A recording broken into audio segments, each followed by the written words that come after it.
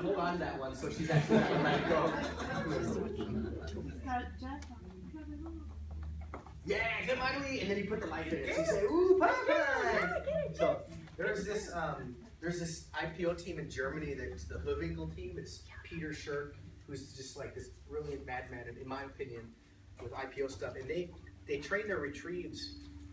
They kind of want to create this like this hoarding mentality of dogs. So they'll teach them to take one toy and play with it, and then they want to teach them to play with two toys.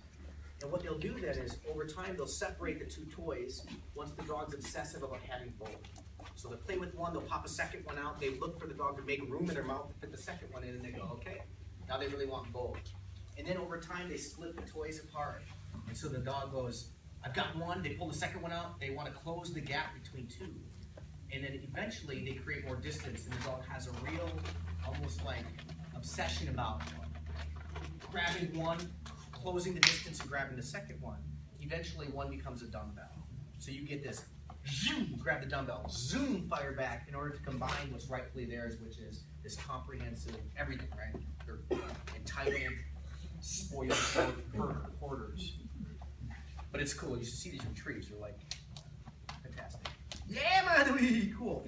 Here's what she's looking. So right now what's happening is she's playing.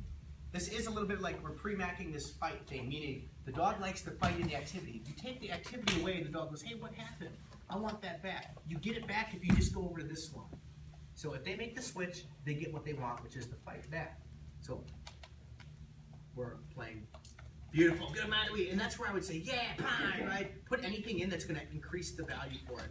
This goes wrong if you're playing with things that, like the dog really likes what's in your right hand, but isn't that crazy about what's in your left. You're gonna have a really hard time getting them to switch from here to here.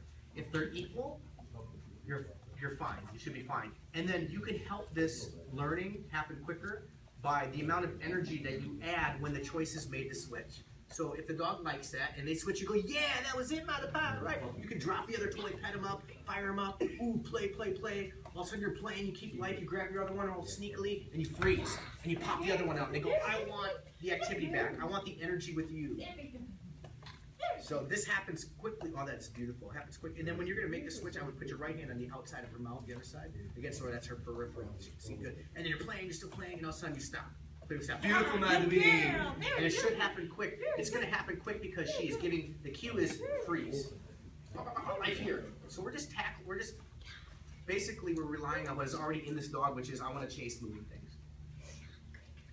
When the switch is happening really cleanly, when we get to the point where Terry's playing, good for you. When she gets to the point where she's playing and she freezes and the dog is letting go and anticipating the introduction of the next active toy, that's when you put a word on. And did I talk yesterday about like variations of like the It's Your Choice game that Susan plays with the hands, where you close the hand and the dog swaps over to the other food? You have two hands out, one's closed, one they're eating food out of, you close it, and you open the other one, and they go over and find food in the other one. That is like a prerequisite. It's not a necessary prerequisite, but if you wanted to do this for a food dog, you can also teach that transfer that way. You're eating food, you're eating food, you're eating food, it's an opportunity, it's gone away, find the next one. Right? Basically just letting them problem solve and do what they would want to do anyway, which is find the next open jar of food.